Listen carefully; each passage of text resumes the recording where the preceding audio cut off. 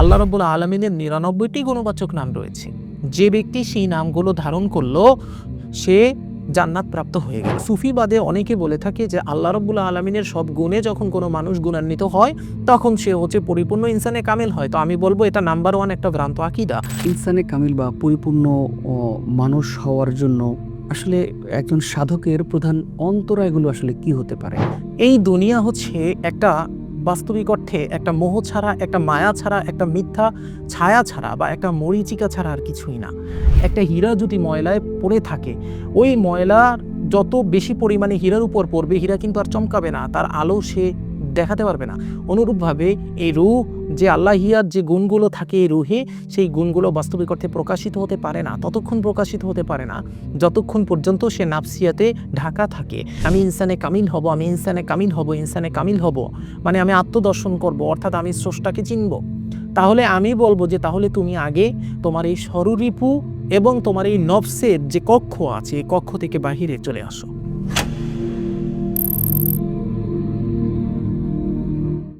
সুপ্রিয় দর্শক, আসসালামু আলাইকুম। আপনাদের সবাইকে স্বাগত জানাচ্ছি তেরেসমাতি দুনিয়ার বিশেষ পডকাস্ট আয়োজনে। আপনাদের সাথে আছি আমি শাহাদাত হোসেন। প্রিয় দর্শক, আজ আমরা কথা বলবো ইনসানে কামিল ও আসমাউল হুসনা এই বিষয়টি নিয়ে।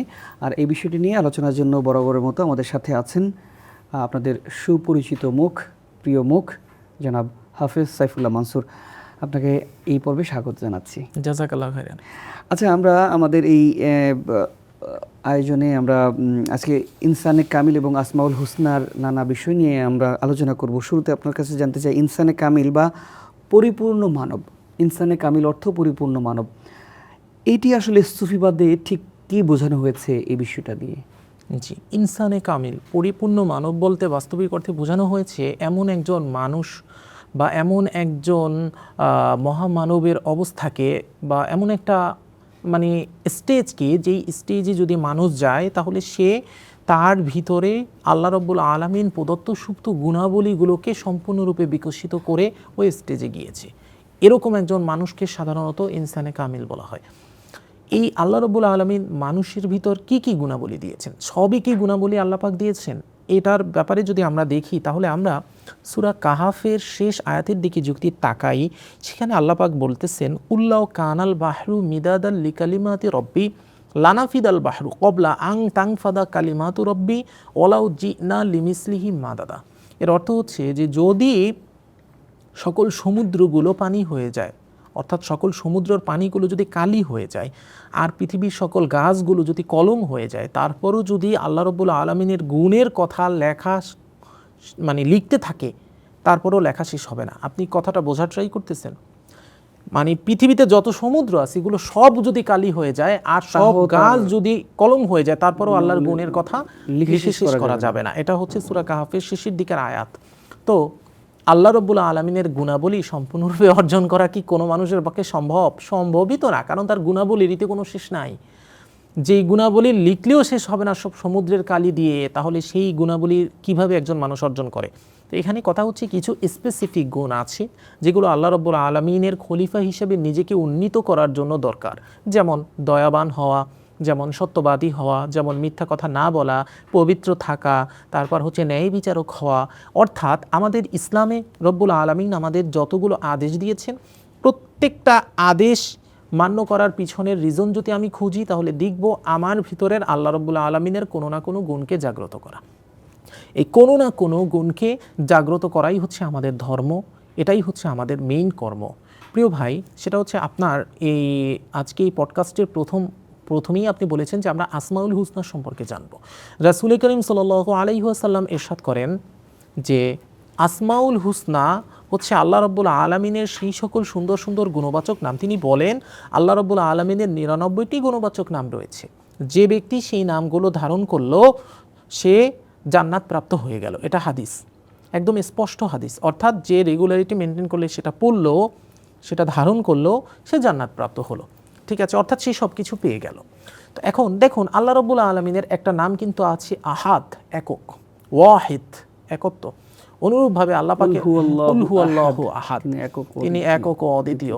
আবার তার নাম আছে আল্লাহু সমাদ, আবার নাম আছে লাম ইয়ালিদ ওয়া লাম ইউলাদ। সুতরাং সূরা ইখলাসের যে 3টে গুণ, এই 3টে গুণ তো কখনোই কোনো মানুষের পক্ষে অর্জন করা সম্ভব না। সুতরাং সুফিবাদে অনেকে বলে থাকে যে আল্লাহ রাব্বুল আলামিনের সব গুণে যখন কোনো মানুষ গুণান্বিত হয় তখন সে হচ্ছে পরিপূর্ণ ইনসানে কামেল হয়। তো আমি বলবো এটা নাম্বার 1 একটা ভ্রান্ত আকীদা, কারণ আল্লাহ রাব্বুল আলামিনের সব গুণে গুণান্বিত হওয়া তো কারো পক্ষে সম্ভবই না, কারণ তার গুণেরই কোনো শেষ নাই। আর তার স্পেশাল যে জাতি গুণ, যেমন আহাদ, সমাদ, লাম ইয়ালিদ ওয়া লাম ইউলাদ, এগুলো তো কখনো মানুষ অর্জন করতেই পারবে না। তারপর আল্লাহু লা ইলাহা ইল্লাহুল হাইয়ুল কাইয়্যুম, সেখানে বলা হচ্ছে চিরঞ্জীব, চিরস্থায়ী, যার জন্ম হয় নাই, মৃত্যু নাই। আবার বলা হচ্ছে লা তাখুযুহু সিনাতুন ওয়া লা নাওম, যাকে তন্দ্রা এবং নিদ্রা আচ্ছন্ন করে না। এই গুণ তো মানুষ ধারণ করতে পারবে না। মানুষ কি ধারণ করতে পারবে? মানুষ কিছু স্পেসিফিক গুণ ধারণ করবে, যে গুণগুলো আল্লাহ রাব্বুল আলামিন মানুষের রুহে ফুৎকার করে দিয়েছেন। এ ব্যাপারে আল্লাহ রাব্বুল আলামিন বলেছেন ওয়াতাসিমু বিহাবলিল্লাহি জামিয়া, তোমরা আল্লাহর রঙে রঙিন হও বা আল্লাহর রজ্জু সক্র করে ধরো। আল্লাহ রাব্বুল আলামিন আরও বলতেছেন ফিতরাতাল্লাহিল্লাতী ফাতারান্নাস আলাইহা লা তাবদীলা লিখালকিল্লাহ, আল্লাহ যে ফিতরাত বা গুণ দিয়ে মানুষকে সৃষ্টি করেছেন সেই গুণটাকে বজায় রাখাই হচ্ছে ধর্ম। লা তাবদীলা লিখালকিল্লাহ, আল্লাহর এই সৃষ্টিতে কোনো পরিবর্তন নাই। তো প্রিয় ভাই, আমরা যদি আসমাউল হুসনার দিকে দেখি তাহলে অনেক মানুষ হচ্ছে এটা বাস্তবিক অর্থে বলে যে আসমাউল হুসনা কিভাবে একজন মানুষের ভিতর তার গুণগুলোকে জাগ্রত করাবে, আল্লাহর গুণগুলোকে। তো আমাদের শুধুমাত্র আসমাউল হুসনা দেখলেই হবে না, আসমাউল হুসনা পড়লেই হবে না। আসমাউল হুসনা পড়লেও যেভাবে আমাদের অনেক ফজিলত রয়েছে, সেভাবে আসমাউল হুসনার প্রত্যেকটা গুণ, প্রত্যেকটা বিষয় পর্যালোচনা করে সেই গুণগুলোকে নিজের মাঝে জাগ্রত করা, যেগুলো জাগ্রত করা পসিবল, ওইগুলোকে জাগ্রত করার মাধ্যমে আমরা একজন ইনসানে কামিল হতে পারি। এটাই হচ্ছে কথা। আমার দ্বিতীয় প্রশ্ন হলো, ইনসানে কামিল বা পরিপূর্ণ মানুষ হওয়ার জন্য আসলে একজন সাধকের প্রধান অন্তরায়গুলো আসলে কি হতে পারে, সেটি যদি একটু ব্যাখ্যা করে বিস্তারিত জানাতেন। আচ্ছা, একজন ইনসানে কামিল হওয়ার জন্য নাম্বার 1 কাজ হচ্ছে তার অবভিয়াসলি আসমাউল হুসনা সম্পর্কে জ্ঞান থাকতে হবে। আসমাউল হুসনা, বিশেষ করে এই 99টি নাম জ্ঞান থাকতে হবে, এগুলো পড়তে হবে, এগুলো রেগুলারিটি মেনটেন করে পড়তে হবে। এখন এগুলো এভাবে মুখস্থ করা কি ইম্পসিবল? না, ইম্পসিবল না, এগুলো পসিবল। আল্লাহর রহমতে সব কিছুই পসিবল। তো আমি সাধারণতভাবে প্রায়শই আসমাউল হুসনার কথা বলে থাকি। তো আমার অনেক দর্শক এটা মনে করে যে বাস্তবিক অর্থে আমি হচ্ছে একটা ভাওতাবাজি দিচ্ছি। তাহলে আমি আমাদেরকে আজকে শোনান যে আসমাউল হুসনা সবগুলো পারেন। আমি শোনাবো, অবশ্যই শোনাবো, সমস্যা নেই। আপনি দরকার পড়লে ওই আসমাউল হুসনা লিখে সার্চ করার পর একদম যে সিরিয়াল যেটা আসে ওইটা ধরবেন, সেই অনুসারেই আমি ইনশাল্লাহ লাইভে বলবো, সমস্যা নাই। তো আমার এই দর্শকদের উদ্দেশ্যে আমি এটা বলছি যে আসলে আমি কিন্তু একজন কোরআনে হাফেজ, এবং হয়তো এখন আমার পোশাক দেখে আপনাদের অনেকের মনে হচ্ছে যে এরকম তো হাফেজের পোশাক হওয়া উচিত না। তো আসলে বাস্তবিক অর্থে আমি একজন কোরআনে হাফেজ এবং আমি 5 বছর তারাবি পড়িয়েছি। আমার বাসার পাশে যে মসজিদ, বাইতুল মদিনা মসজিদ, সেই মসজিদে আমি 5 বছর তারাবি পড়িয়েছি, খতম তারাবি, উইদাউট এনি মানি, একটা পয়সাও না নিয়ে, সম্পূর্ণরূপে ফ্রিতে, ফ্রি অফ কস্ট আমি এই তারাবিটা পড়িয়েছি। এখন তো আপনি ডাক্তারি পড়ছেন। হ্যাঁ, এখন আমি ডাক্তারি পড়ছি, ফাইনাল ইয়ারে আছি, ইনশাল্লাহ কিছুদিনের মধ্যে ডাক্তার হয়ে বের হয়ে যাব। তো সেই হিসাবে স্বাভাবিক আমার পোশাক একটু অন্য শ্রেণীর মানুষের মতো হবে, এটাই স্বাভাবিক। তো এখন হচ্ছে আসমাউল হুসনা বাস্তবিক অর্থে কি, কিভাবে? তো আপনি দেখতে পাচ্ছেন, আমার দর্শকরা দেখতে পাচ্ছে, আমার সামনে হচ্ছে যদিও ল্যাপটপ আছে, তো ল্যাপটপ থাকলেও যদি আমি চোখ বুঝি তাহলে তো আর ল্যাপটপের কোনো কাজ নাই, ঠিক আছে? তো ঠিক আছে, আপনি আসমাউল হুসনার হচ্ছে আপনার সার্চ করে বের করেন। আসমাউল হুসনার একদম সিরিয়াল অনুসারে আমি বলি, আপনি একটু গোনেন, মানে যেই সিরিয়াল অনুসারে আল্লাহ রাসূল উল্লেখ করে গিয়েছেন হুবাহু সেই সিরিয়াল অনুসারেই আমি বলছি, ঠিক আছে? বিসমিল্লাহির রহমানির রহিম। আউযু বিল্লাহিস সামিউল আলিম মিনাশ শাইতানির রাজিম, আউযু বিল্লাহিস সামিউল আলিম মিনাশ শাইতানির রাজিম, আউযু বিল্লাহিস সামিউল আলিম মিনাশ শাইতানির রাজিম। হুয়াল্লাহুল্লাযী লা ইলাহা ইল্লা হু আলিমুল গায়বি ওয়াশ শাহাদাতি হুয়ার রহমানুর রহিম। হুয়াল্লাহুল্লাযী লা ইলাহা ইল্লা হু আল মালিকুল কুদ্দুসুস সালামুল মুমিনুল মুহাইমিনুল আজিজুল জাব্বারুল মুতাকাব্বির সুবহানাল্লাহি আম্মা ইউশরিকুন। হুয়াল্লাহুল খালিকুল বারিউল মুসাউবিরু লাহুল আসমাউল হুসনা ইউসাব্বিহু লাহু মা ফিস সামাওয়াতি ওয়াল আরদ ওয়া হুয়াল আজিজুল হাকীম। বিসমিল্লাহির রহমানির রহিম। ইয়া আল্লাহু ইয়া রহমানু ইয়া রহিমু ইয়া মালিকু ইয়া কুদ্দুসু ইয়া সালামু ইয়া মুমিনু ইয়া মুহাইমিনু ইয়া আজিজু ইয়া জাব্বারু ইয়া মুতাকাব্বির ইয়া খালিকু ইয়া বারিউ ইয়া মুসাউবিরু ইয়া গফফারু ইয়া কাহ্হারু ইয়া ওয়াহাবু ইয়া রাজ্জাকু ইয়া ফাত্তাহু ইয়া আলিমু ইয়া কাবিদ ইয়া বাসিতু ইয়া খাফিদু ইয়া রাফিউ ইয়া মুইজ্জু ইয়া মুযিল্লু ইয়া সামিউ ইয়া বাসীরু ইয়া হাকামু ইয়া আদলু ইয়া লতীফু ইয়া খবীর, ইয়া হালিমু ইয়া আযীমু ইয়া গফুরু ইয়া শাকুরু ইয়া আলিয়্যু ইয়া কবীরু ইয়া হাফিজু ইয়া মুকীতু ইয়া হাসিবু ইয়া জলীলু ইয়া করিমু ইয়া রকীব, ইয়া মুজিবু ইয়া ওয়াসিউ ইয়া হাকিমু ইয়া ওয়াদুদু ইয়া মজিদু ইয়া বাঈসু ইয়া শহীদু ইয়া হাক্কু ইয়া ওয়াকিলু ইয়া কওয়িয়্যু ইয়া মতিনু ইয়া ওয়ালিয়্যু ইয়া হামিদ, ইয়া মুহসিউ ইয়া মুবদিউ ইয়া মুঈদু ইয়া মুহয়িউ ইয়া মুমীতু ইয়া হাইয়্যু ইয়া কাইয়্যুম, ইয়া ওয়াজিদু ইয়া মাজিদু ইয়া ওয়াহিদু ইয়া আহাদু ইয়া সমাদু ইয়া কাদিরু ইয়া মুকতাদিরু ইয়া মুকদ্দিমু ইয়া মুআখির, ইয়া আউয়ালু ইয়া আখিরু ইয়া যাহিরু ইয়া বাতিনু ইয়া ওয়ালিয়ু ইয়া মুতাআলি, ইয়া বাররু ইয়া তাওয়াবু ইয়া মুনতাকিমু ইয়া আফুউন ইয়া রাউফ, ইয়া আহাদ ইয়া মালিকাল মুলকি ইয়া যাল জালালি ওয়াল ইকরাম, ইয়া মুকসিতু ইয়া জামিউ ইয়া গনিয়্যু ইয়া মুগনিয়ু ইয়া মানিউ ইয়া দারু ইয়া নাফিউ ইয়া নূর, ইয়া হাদিউ ইয়া বাদিউ ইয়া বাকিউ ইয়া ওয়ারিসু ইয়া রশিদু ইয়া সবুর। এই হচ্ছে সম্পূর্ণ 99টি আল্লাহ রাব্বুল আলামিনের নাম। মাশাআল্লাহ। আমরা যেটা বলছিলাম যে যে এই যে ইনসানে কামিল হওয়ার পেছনে আসলে অন্তরায় কি, সেটা যদি বলতেন। অন্তরায় হচ্ছে আপনার নফস এবং আপনার স্বরূপু, এটাই হচ্ছে সবথেকে বড় অন্তরায়। আপনার দুনিয়াবি মোহ, এই দুনিয়া হচ্ছে একটা বাস্তবিক অর্থে একটা মোহ ছাড়া, একটা মায়া ছাড়া, একটা মিথ্যা ছায়া ছাড়া বা একটা মরীচিকা ছাড়া আর কিছুই না। আমরা যখন শিশু অবস্থায় থাকি তখন আমাদের ভিতর দুটো জিনিস থাকে, একটা নাফসিয়াত, একটা আল্লাহিয়াত। এটা প্রত্যেক মানুষের ভিতর থাকে। যখন আমরা শিশু অবস্থায় থাকি তখন আমার ভিতরের নাফসিয়াতটা একদম দুর্বল থাকে, ওটা একদম নাই বললেই চলে। কিন্তু আমার ভিতরের আল্লাহিয়াত অনেক বেশি থাকে। আপনি ছোটোবেলায় মুরব্বীদের কাছ থেকে শুনবেন, মুরব্বীরা বলছে যে বাচ্চারা উপরের দিকে খেলা করতে থাকে, একা একা ফেরেশতাদের সাথে খেলা করে। বাচ্চারা ভূমিকম্প হওয়ার আগে টের পায় এবং কান্না করে। এর কারণ কি? এর কারণ হচ্ছে ওই বাচ্চার শরীরের ভিতর বাস্তবিক অর্থে আল্লাহিয়াতটা জাগ্রত অবস্থায় আছে, অর্থাৎ আল্লাহর ওই গুণগুলো, ওই যে ইনসানে কামিল হওয়ার জন্য যা যা দরকার, ওই গুণগুলো তার শরীরের ভিতর, তার রুহের ভিতর আল্লাহিয়াতটা জাগ্রত অবস্থায় আছে। তো যেই মুহূর্তে ওই বাচ্চাটা 12 বছরে উন্নীত হয় বা ওই বাচ্চা তার প্রথম স্বপ্নদোষ হয় বা মহিলা হলে তার প্রথম মাসিক হয়, অর্থাৎ সে যুবতী হয় বা যুবক হয়, সেই মুহূর্তে হচ্ছে তার উপর শরীয়তের প্রত্যেক বিধিবিধান ফরজ হয়ে যায়। তার নামাজ ফরজ, তার রোজা ফরজ, তার হজ ফরজ, তার জাকাত ফরজ, অর্থাৎ সব বিধিবিধান তার উপর ফরজ। নাবালেক অবস্থায় বিধিবিধান ফরজ না। এর কারণ কি? এর কারণ হচ্ছে যখনই ওই বাচ্চা বালেক হয় তখনই তার নাফসিয়াত প্রচুর পরিমাণে বেড়ে যায় এবং আস্তে আস্তে আস্তে আস্তে নাফসিয়াত বাড়ার কারণে তার ওই আল্লাহিয়াতটা আস্তে আস্তে আস্তে আস্তে মরিচা পড়ে যায় আল্লাহিয়াতের উপরে, অর্থাৎ সে আস্তে আস্তে আস্তে আস্তে ডেবে যায়। যেভাবে একটা হীরা যদি ময়লায় পড়ে থাকে, ওই ময়লা যত বেশি পরিমাণে হীরার উপর পড়বে, হীরা কিন্তু আর চমকাবে না, তার আলো সে দেখাতে পারবে না।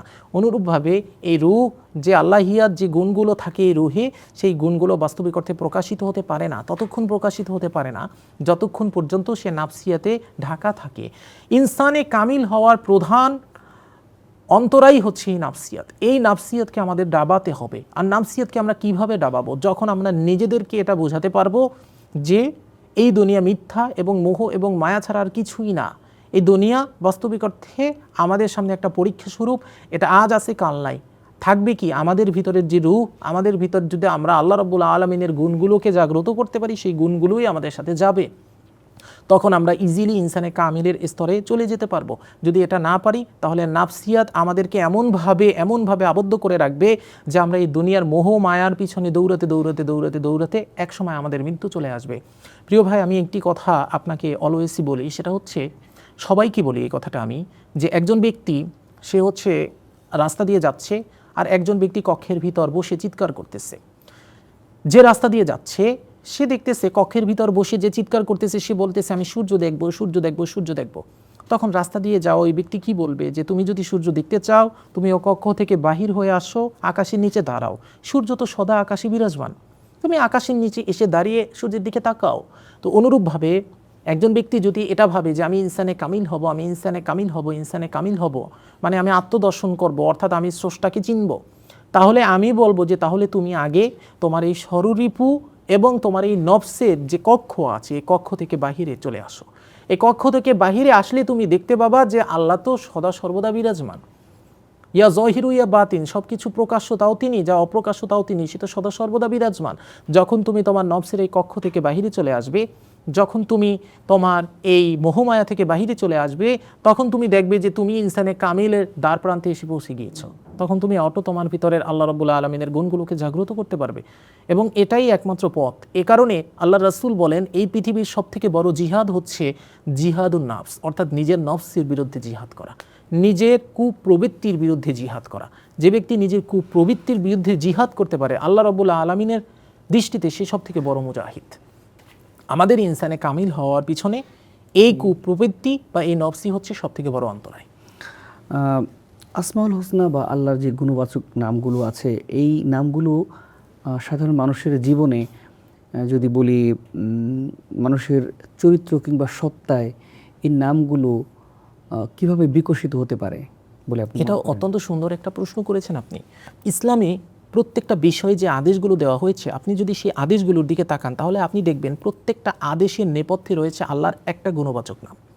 যেভাবে বলা হয়েছে যে তুমি দান করো, তুমি দানশীল হও, যে ব্যক্তি দান করবে সে ব্যক্তি বাস্তবিক অর্থে দানশীল হয়ে যাবে। এই যে দানশীল সে হলো, এটা আল্লাহ রাব্বুল আলামিনের একটা গুণবাচক নাম। যে ব্যক্তি দয়া করবে সে বাস্তবিক অর্থে দয়াবান হয়ে যাবে। এই যে দয়াবান হলো, এটা আল্লাহর একটা গুণবাচক নাম। যে ব্যক্তি ফায়সা কাজ থেকে দূরে থাকবে, নিজের নফসকে তাজকিয়ার মাধ্যমে পরিশুদ্ধ করবে এবং নিজে পবিত্র হবে, সে ব্যক্তি বাস্তবিক অর্থে আল্লাহর একটি গুণবাচক নাম ধারণ করলো। সেটা কি? সেটা হচ্ছে ইয়া কুদ্দুস। অনুরূপভাবে যে ব্যক্তি অন্যায়ের বিরুদ্ধে সোচ্চার হবে এবং কঠোরতা প্রদর্শন করবে, সে ব্যক্তি বাস্তবিক অর্থে আল্লাহ রাব্বুল আলামিনের নাম ইয়া কহার, এই চিরকঠোর নামের গুণ ধারণ করলো। অনুরূপভাবে আমরা আমাদের এই আসমাউল হুসনায় প্রত্যেকটা নামকে যদি ভাঙি, তাহলে দেখবা আমরা একটা না একটা নাম এভাবে নিজেদের ভিতর জাগ্রত করতেছি। একজন সৃষ্টিকর্ম যে সৃষ্টি করতেছে, যেমন ধরেন যে ব্যক্তি হচ্ছে আপনার উড়োজাহাজের মডেল আবিষ্কার করলো, সেও কিন্তু বাস্তবিক অর্থে আল্লাহর একটা গুণের ধারক হয়ে গেল। কি? ইয়া বাড়ি, হে সৃষ্টিকর্তা। কিন্তু সে কি মানুষ সৃষ্টি করছে? না, কিন্তু সে উড়োজাহাজের মডেল সৃষ্টি করছে। অনুরূপভাবে দেখেন, যে ব্যক্তি সুন্দর কাঠামো দিয়ে কোনো জিনিস তৈরি করলো, সেও আল্লাহর কোনো না কোনো গুণের ধারক হয়ে গেল। কারণ আল্লাহ রাব্বুল আলামিন সুন্দর কাঠামো দিয়ে মানুষ সৃষ্টি করেন বা সৃষ্টি তৈরি করেন সুন্দর কাঠামোর মাধ্যমে। তো এভাবে বাস্তবিক অর্থে আমি বলবো শরীয়তের ইচ অ্যান্ড এভরি রুলস, শরীয়ত, ইসলামী শরীয়ত আমাদের যত রুলস দেখায়, যত রুলস আমাদের উপর বর্তায় যে এভাবে করো, এভাবে করবা না, এটা করবা না, ওটা করবা না, প্রত্যেকটা রুলস যদি আপনি গবেষণা করেন, প্রত্যেকটা রুলসের পিছনে দেখবেন আল্লাহর এই আসমাউল হুসনার কোনো না কোনো আল্লাহর গুণবাচক নামের গুণ তার ভিতরে বিকশিত করার জন্য আল্লাহ রাসূল এই হচ্ছে আপনার করলো, ওটাকে কি বলে, এই আদেশগুলো দিল। আল্লাহ রাসূল বলল, সবথেকে উত্তম কর্ম হচ্ছে একজন ক্ষুধার্ত ব্যক্তিকে খাবার দেওয়া।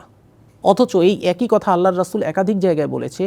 এক জায়গায় বলেছে সবথেকে উত্তম কর্ম হচ্ছে নিজের বিরুদ্ধে জিহাদ করা, আরেক জায়গায় বলেছে সবথেকে উত্তম কর্ম হচ্ছে একজন ক্ষুধার্ত ব্যক্তিকে খাবার দেওয়া, আরেক জায়গায় বলেছে অন্যর ব্যাপারে ওয়েল উইশ করা হচ্ছে সবথেকে উত্তম কর্ম। তাহলে আমরা যদি এই তিনটার দিকেই তাকাই, দেখেন একজন ক্ষুধার্ত ব্যক্তিকে খাবার দিলে বাস্তবিক অর্থে আল্লাহ পাকের যে নাম ইয়া রজ্জাক, হে রিজিক দাতা, সেই গুণটা কিন্তু আমি অর্জন করে ফেললাম।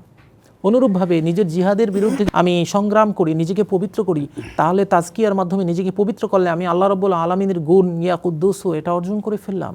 অনুরূপভাবে আমরা যদি একটা অসহায়ের সহায়তা করি, তাহলে কিন্তু আল্লাহ রাব্বুল আলামিনের একটা নাম ইয়া নাসির, হে সাহায্যকারী, এই নামটার গুণটাকে আমরা অর্জন করে ফেললাম।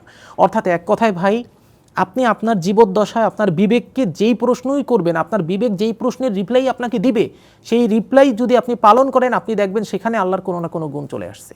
আল্লাহ রাব্বুল আলামিনের গুণের তো কোনো শেষ নেই, কিন্তু তারপরে এই 99টি নাম আল্লাহ রাব্বুল আলামিন কেন আমাদের সামনে উন্মোচন করেছেন? কারণ হচ্ছে যেন ইজিলি আমরা এগুলো বুঝতে পারি এবং যেই গুণ আমাদের অর্জন করা সম্ভব সেই গুণ আমরা অর্জন করতে পারি। যদি আমরা এভাবে গুণগুলো অর্জন করতে পারি, তাহলে আমরা প্রত্যেকে আল্লাহ রাব্বুল আলামিনের এক একজন প্রতিচ্ছবি বা আয়নারূপে নিজেদেরকে গড়ে তুলতে পারবো। কারণ আল্লাহ রাব্বুল আলামিন কিন্তু আকাশে রয়েছেন বা আরশে বসে রয়েছেন, তিনি যে কর্মগুলো করতেছেন এগুলো কিন্তু আমাদের মাধ্যমেই প্রকাশিত হচ্ছে। তিনি দান করতেছেন কিন্তু নিজে আকাশ থেকে নেমে দান করতেছেন না, আমাদের মাধ্যমেই দান করাচ্ছেন। যা কিছু পৃথিবীতে হচ্ছে তিনিই কিন্তু বাস্তবিক অর্থে করাচ্ছেন, কিন্তু আমাদের মাধ্যমে। এক জাতিকে তিনি অন্য জাতি দিয়ে ধ্বংস করিয়ে দিচ্ছেন। এর কারণ কি? তিনি কিন্তু ধ্বংসকারী, কিন্তু করতেছেন এক জাতিকে অন্য জাতি দিয়ে। এটাই হচ্ছে কথা। অর্থাৎ সব কিছুই আল্লাহ রাব্বুল আলামিন নিজেই করেন, কিন্তু আমাদের মাধ্যমে করেন। তো আমরা যদি আমাদের নিজেদের ভিতরে আল্লাহ রাব্বুল আলামিনের আসমাউল হুসনার এই গুণগুলো অর্জন করতে পারি, তখন আমরা ইনসানে কামিল হতে পারবো। প্রিয় ভাই, আমাদের ধর্ম আমাদের পালন করাই হচ্ছে আমাদের ইনসানে কামিল হওয়ার পথে মেইন হচ্ছে আমাদের রুটটা। এর কারণটা কি আমি আপনাকে বলি, আপনি কখন একটা লোহাকে বলবেন যে এ লোহা, যতক্ষণ সে তার লৌহ ধর্ম বজায় রাখবে। আপনি কখন তরলকে বলবেন এ তরল, যতক্ষণ পর্যন্ত সে তরলের ধর্ম বজায় রাখবে। আপনি একটা বায়বীয় পদার্থকে কতক্ষণ বলবেন এ বায়বীয় পদার্থ, যতক্ষণ পর্যন্ত এ বায়বীয়তা হওয়ার বা বায়বীয় পদার্থ হওয়ার যে ধর্ম সেটা বজায় রাখবে। আপনি আগুনকে কতক্ষণ অগ্নি বলবেন, যতক্ষণ পর্যন্ত সে পুড়িয়ে ছাই করবে। আপনি চুম্বককে কতক্ষণ পর্যন্ত চুম্বক বলবেন, যতক্ষণ পর্যন্ত সে লোহাকে আকর্ষণ করবে। অনুরূপভাবে আপনি একজন মানুষকে ততক্ষণ পর্যন্তই মানুষ বলতে পারবেন বা আল্লাহর খলিফা বলতে পারবেন যতক্ষণ পর্যন্ত সে তার ভিতরে আল্লাহ রাব্বুল আলামিনের এই আসমাউল হুসনার গুণগুলোকে জাগ্রত করে সেটা বহাল রাখতে পারবে। যদি জাগ্রত না করে বহাল না রাখে ভাই, তাহলে একজন পশুর মাঝে আর আমাদের মানুষের মাঝে কিসের তফাৎ? একজন পশু সে হচ্ছে আরেকটা পশুকে ছিঁড়ে ছিঁড়ে খাচ্ছে মাংস, কিসের জন্য? নিজের ক্ষুধা মেটানোর জন্য। আর আমরা মানুষও যদি সেই একই কাজ করি, তাহলে মানুষ এবং পশুর মধ্যে কিসের তফাৎ? এ কারণে আল্লাহ পাক পবিত্র কালামে এই সমস্ত মানুষের ব্যাপারে বলেছেন, উলাইকা কাল আনআম বাল হুম আদল, তারা চতুষ্পদ জন্তুর থেকেও খারাপ। সেটাই আমি বলছিলাম যে আমাদের এই পডকাস্টের শেষ প্রশ্নটা হচ্ছে আপনার কাছে যে যারা যেসব মানুষের মধ্যে এই আসমাউল হোসনা বা আল্লাহর গুণবাচক নামগুলোর যেই বিষয়টা বিদ্যমান আছে, যারা এই নামটা সত্যিকার অর্থে ধারণ করেন, যাদের মধ্যে সেই বিষয়গুলো বিদ্যমান আছে, এই মানুষগুলোর সাথে যারা সাধারণ মানুষ, এদের মধ্যে যে পার্থক্যটা আপনি বলছিলেন সেটা যদি শেষ করেন আর কি, পার্থক্যটা যদি একটু বলেন, এটার কি পার্থক্যটা আছে? যে মানুষগুলো বাস্তবিক অর্থে আল্লাহর গুণ ধারণ করে থাকেন, এই মানুষগুলোর আর সাধারণ মানুষের ভিতর পার্থক্য হচ্ছে একটা জিনিস, সেটা হচ্ছে এই মানুষগুলো দ্বারা করা প্রত্যেকটা কর্ম হবে সমাজের হিতের জন্য এবং দিন প্রচারের জন্য এবং আপনার সত্য ধর্ম প্রতিষ্ঠার জন্য। মুহাম্মদ সাল্লাল্লাহু আলাইহি ওয়াসাল্লাম যেই ইসলাম প্রতিষ্ঠা করে গিয়েছেন, আলিয়াউমা আকমালতু লাকুম দীনাকুম ওয়া আতমামতু আলাইকুম নিয়ামতি ওয়া রাদ্দিতু লাকুমুল ইসলামা দীনা, বিদায় হজের ভাষণে বলে গিয়েছেন সূরা মায়েদার আয়াত। সেখানে বললেন যে আমি তোমাদের উপর দিনকে মোকাম্মল করে দিলাম, আজ তোমাদের উপর দিনকে আমি পূর্ণ করে দিলাম। তো এখানে আল্লাহর রাসূল যেই দিনকে আমাদের জন্য পূর্ণ করে গিয়েছেন, সেই দিন প্রতিষ্ঠার জন্য সর্বোচ্চ কর্ম যে ব্যক্তির মাধ্যমে প্রকাশিত হবে সেই হচ্ছে ইনসানে কামেল। আপনি তার কর্মের মধ্যে তার কোনো স্বার্থ দেখতে পাবেন না, অর্থাৎ সে যে কর্মই করবে তা হয় হবে সমাজের কল্যাণের জন্য, নয় হবে ধর্মের কল্যাণের জন্য, সেখানে তার ব্যক্তিগত কোনো স্বার্থ থাকবে না। কিন্তু আপনি যদি একজন সাধারণ মানুষের দিকে তাকান, তাহলে আপনি দেখবেন সাধারণ মানুষ যেই কর্মগুলো করতেছে সেই কর্ম হচ্ছে তার নিজের আরামায়েশের জন্য, নিজের পরিবারের জন্য, নিজের জৈবিক চাহিদা মেটানোর জন্য। সে সমাজের জন্য কোনো কর্ম করতেছে না, সে ধর্মের জন্য কোনো কর্ম করতেছে না। এ কারণে আমাকে অনেকে প্রশ্ন করে এবং অনেকে বলে যে ধর্ম সম্পর্কে, নিজের ধর্ম নিয়ে থাকো, ধর্ম সম্পর্কে তোমাকে এত কথা বলার অনুমতি কে দিয়েছে? তো আমি বলবো কি জানেন, যে ধর্ম সম্পর্কে কথা বলার জন্য, মানুষকে সঠিক দিকে আহ্বান করার জন্য অনুমতির দরকারই পড়ে না। যেটা দরকার পড়ে সেটা হচ্ছে আত্মদর্শনের। যদি আত্মদর্শন হয়ে যায়, তাহলে প্রত্যেক মানুষ তার নিজের কর্ম সম্পূর্ণরূপে বুঝতে পারে এবং তার নিজের ধর্ম এবং তার পথ সম্পূর্ণরূপে বুঝতে পারে। যেভাবে আপনি যদি চোখ বোঝা অবস্থায়ও থাকেন ভাই, আপনার চোখ বোঝার পরও আপনার সামনে যদি চোখের সামনে একটা লাইট জ্বালিয়ে ধরা হয়, আপনি কিন্তু চোখ বোঝা অবস্থায় বুঝতে পারবেন যে আপনার চোখ বন্ধ থাকা অবস্থায় বাইরে একটা লাইট জ্বলতেছে। বাইরে অন্ধকার, আপনি চোখ বন্ধ করলেও বুঝতে পারবেন যে বাইরে অন্ধকার আছে। বাইরে অন্ধকার না বাইরে লাইট জ্বলতেছে, এটা দেখার জন্য যেভাবে আপনার চোখ খোলার দরকার পড়ে না, ঠিক সেইভাবে কোন মানুষের ধর্ম কোনটা, কোনটা তার করা উচিত, কোনটা তার করা উচিত না, এটার জন্য তার অনুমতি দরকার পড়ে না, এটার জন্য দরকার পড়ে আত্মদর্শনের। তো মেইন কথা হচ্ছে একজন সাধারণ মানুষ এবং ইনসানে কামেল বা আল্লাহর খলিফার ভিতরে পার্থক্য হচ্ছে একটা, সাধারণ মানুষ একজন পশুর মতো নিজের আরামায়েশ এবং নিজের জৈবিক চাহিদা পূরণের জন্য সব কিছু করবে। আর একজন ইনসানে কামেল সে নিজের জন্য না, বরঞ্চ সমাজ এবং ধর্মের জন্য সব কিছু করবে, কারণ সে আল্লাহর খলিফার। আশা করি বুঝতে পেরেছেন। না, অনেক অনেক ধন্যবাদ। খুবই চমৎকার করে আপনি বিষয়টা একেবারে সহজভাবে বুঝিয়ে বলেছেন। আমরা নিশ্চয়ই পরবর্তী পর্বে অন্য কোনো টপিকস নিয়ে আপনার সাথে কথা বলবো ইনশাআল্লাহ। নিশ্চয়ই ভালো থাকবেন। জাযাকাল্লাহ। সুপ্রিয় দর্শক, আজ শেষ করছি। পরবর্তী পর্বে অন্য কোনো বিষয় নিয়ে আবারও আলোচনা করব। ততক্ষণ আমাদের সঙ্গেই থাকুন। আল্লাহ হাফেজ।